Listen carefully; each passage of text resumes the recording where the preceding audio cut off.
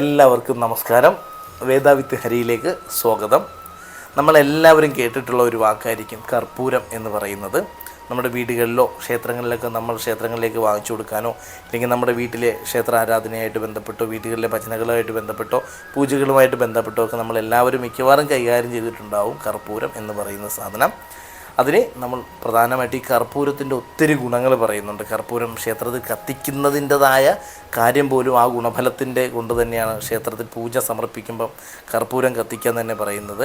അതായത് പ്രപഞ്ചത്തിൽ കത്തിയാൽ മിച്ചം വരാത്ത ഒരു സാധനം എന്ന് പറയുന്നത് കർപ്പൂരമായിരിക്കും. ചാരമോ മിച്ചമോ ഒന്നും കർപ്പൂരത്തിന് കാണാറില്ല. ഇപ്പോഴത്തെ കെമിക്കൽ കർപ്പൂരം അല്ല ശരിക്കും പറയുന്നത്. ഒറിജിനൽ കർപ്പൂരം എന്ന് പറയുന്നത് പച്ചക്കർപ്പൂരം, അതായത് മെഡിസിന് വേണ്ടി ഉപയോഗിക്കുന്നതായ കർപ്പൂരമാണ് ശരിക്കും. ഇപ്പോൾ നമ്മൾ കടകളിൽ നിന്നൊക്കെ പൂജ ആവശ്യത്തിന് വാങ്ങിക്കുന്നത് ശരിക്കും കെമിക്കൽ തന്നെയാണ്. അതല്ലാത്തതായ കർപ്പൂരം നമ്മുടെ അടുത്തുള്ള പച്ചമരുന്ന് കടയിലോ അങ്ങാടി മരുന്ന് കടയിലൊക്കെ ചെന്ന് പച്ചക്കർപ്പൂരം എന്ന് പറഞ്ഞ് വാങ്ങിക്കുന്ന സാധനം നമ്മുടെ വീട്ടിൽ നിൽക്കുന്ന നെഗറ്റീവിനെ മാറ്റാനായിട്ട് ഏറെ പ്രയോജനം നൽകുന്ന ഒന്നായിരിക്കും.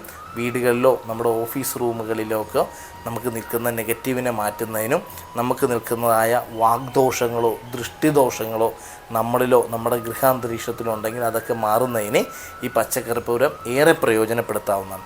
എങ്ങനെയാണ് ഈ പച്ചക്കർപ്പൂരം നമുക്ക് ഈ ദോഷങ്ങളൊക്കെ മാറ്റുന്നത് എന്ന് നമുക്കൊന്ന് നോക്കാം.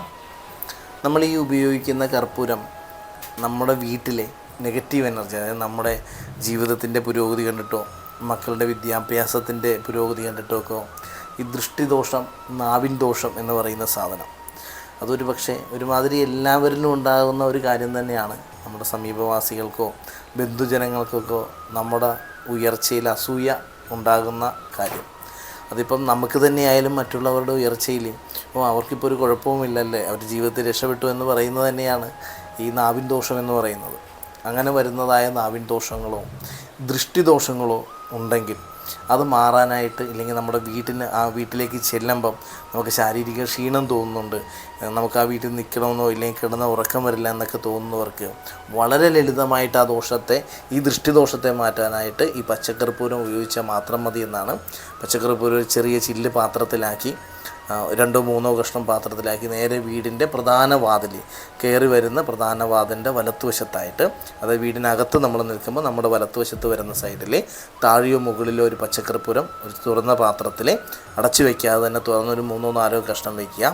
അത് വീട്ടിലേക്കൊരു ഫ്രഷ് എയർ വരുന്നതിനോ അല്ലെങ്കിൽ ആ വീട്ടിലേക്കൊരു പോസിറ്റീവ് എനർജി വരുന്നതിനോ ആ സുഗന്ധം നമുക്ക് തന്നെ ഒരു ആത്മവിശ്വാസം നൽകുന്നതിന് ഏറ്റവും ഉപകരിക്കുന്നതാണ്. അതുപോലെ തന്നെ നമ്മൾ കിടക്കുന്ന മാസ്റ്റർ ബെഡ്റൂമിൽ പ്രധാന ബെഡ്റൂമിൻ്റെ കന്നിമൂല ഭാഗം കൊണ്ടുവരുന്ന സ്ഥലത്ത് താഴെയോ മേളിലോ ആയിട്ടോ ഇതുപോലെ തന്നെ പച്ചക്കർപ്പൂരം തുറന്ന് വയ്ക്കുന്നത് ആ മുറിയിൽ കിടക്കുന്നവർക്ക് രാവിലെ ഉന്മേഷത്തോടുകൂടി എണീക്കുന്നതിന് വേണ്ടിയിട്ടും ഇതുപോലെ ഈ ദൃഷ്ടിദോഷങ്ങളൊക്കെ നമ്മളെ ബാധിച്ചിട്ടുണ്ടെങ്കിൽ അതൊക്കെ മാറുന്നതിനും ആ ദൃഷ്ടിദോഷം കൊണ്ട് നമുക്ക് വരുന്ന ശാരീരിക മാനസിക ക്ലേശങ്ങളൊന്നും ഉണ്ടാവാതിരിക്കാനായിട്ടും ഏറ്റവും ഉപകരിക്കുന്നതാണ്.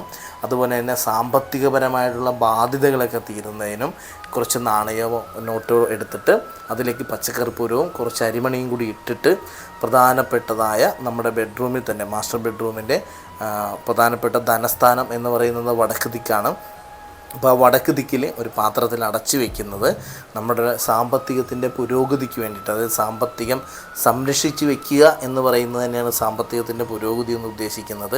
അപ്പോൾ വരവിനേൽ കൂടുതലായിട്ട് വേണ്ടത് നേട്ടമല്ല നോട്ടമാണ് എന്ന് പറയുന്നത് പോലെ തന്നെ നമുക്ക് വരവുണ്ടെങ്കിലും വരവ് തുച്ഛമാണെങ്കിൽ പോലും ആ വരവിൽ നിന്ന് മിച്ചം പിടിക്കാനായിട്ട് സാധിക്കുക എന്ന് പറയുന്നതാണ് നമ്മുടെ സാമ്പത്തിക നേട്ടം എന്ന് പറയുന്നത്. ആ സാമ്പത്തിക നേട്ടത്തിന് നമുക്ക് ഉപകരിക്കുന്നതാണ് ആ ഒരു കാന്തിക ശക്തി പോലെ അത് പ്രവർത്തിച്ചുകൊണ്ട് ആ ധനത്തിൻ്റെ സംരക്ഷണം ആ വീട്ടിൽ നൽകുമെന്നാണ്.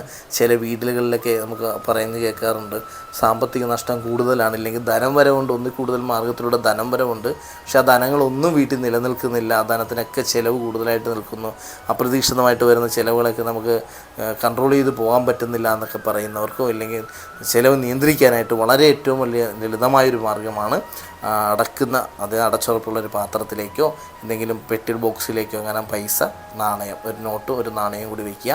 അതിനകത്തേക്ക് കുറച്ച് അരിമണിയും കൂടി ഇട്ട് ഈ പച്ചക്കർപ്പൂരവും കിട്ടി അടച്ചു വയ്ക്കുന്നത് ആ സാമ്പത്തിക ഭദ്രതയെ ഉറപ്പുവരുത്താനായിട്ട് അവിടെ സഹായിക്കും എന്നാണ് പറഞ്ഞിട്ടുള്ളത്. അപ്പോൾ വളരെ ലളിതമായ എന്നാൽ വളരെ ഫലമുള്ളൊരു കാര്യമാണ് വീട്ടിലെ ദൃഷ്ടിദോഷം മാറ്റാനും സാമ്പത്തിക കടബാധ്യത തീർക്കാനും പച്ചക്കർപ്പൂരം വളരെ ഉപകരിക്കുന്നതാണ്. അപ്പോൾ ഇതുപോലുള്ള ചെറിയ ചെറിയ ടിപ്പുകളൊക്കെ നമ്മുടെ ഹിന്ദുശാസ്ത്ര പ്രകാരം നമ്മുടെ മനുഷ്യന് പോസിറ്റീവ് എനർജി നൽകാനായിട്ട് ഏറെ ഉപകരിക്കുമെന്ന് തന്നെയാണ്. അപ്പോൾ ഈ വക കാര്യങ്ങളൊക്കെ ചെയ്യുന്നത് വഴി നമുക്ക് നമ്മുടെ ജീവിതത്തിന് ഒരു പുരോഗതിയും നമുക്കൊരു ഉന്മേഷവും, ഇല്ലെങ്കിൽ എന്താ പറയുക, മനസ്സിനുണ്ടാകുന്ന ഒരു നെഗറ്റീവിനേക്ക് മാറ്റി എന്നെക്കൊണ്ട് ഇത് സാധിക്കുമെന്നൊരു ആത്മവിശ്വാസം നമ്മളിലേക്ക് വളർത്തിയെടുക്കാനായിട്ട് സാധിക്കും. അപ്പോൾ എല്ലാവരും ഈ വളരെ ലളിതമായിട്ട് നമ്മുടെ സമീപത്തുള്ള അങ്ങാടി മരുന്ന് കടയിലൊക്കെ പച്ചക്കർപ്പൂരം മേടിക്കാൻ കിട്ടും. നമ്മുടെ സാധാ പൂജയ്ക്ക് ഉപയോഗിക്കുന്ന കർപ്പൂരമല്ല, മെഡിസിന് വേണ്ടിയിട്ട് ഉപയോഗിക്കുന്ന കർപ്പൂരം, പച്ചക്കർപ്പൂരം എന്ന് തന്നെ പറഞ്ഞ് വാങ്ങിക്കണം. അതുകൊണ്ട് മാത്രമേ ഈ പ്രയോജനം കിട്ടുകയുള്ളൂ.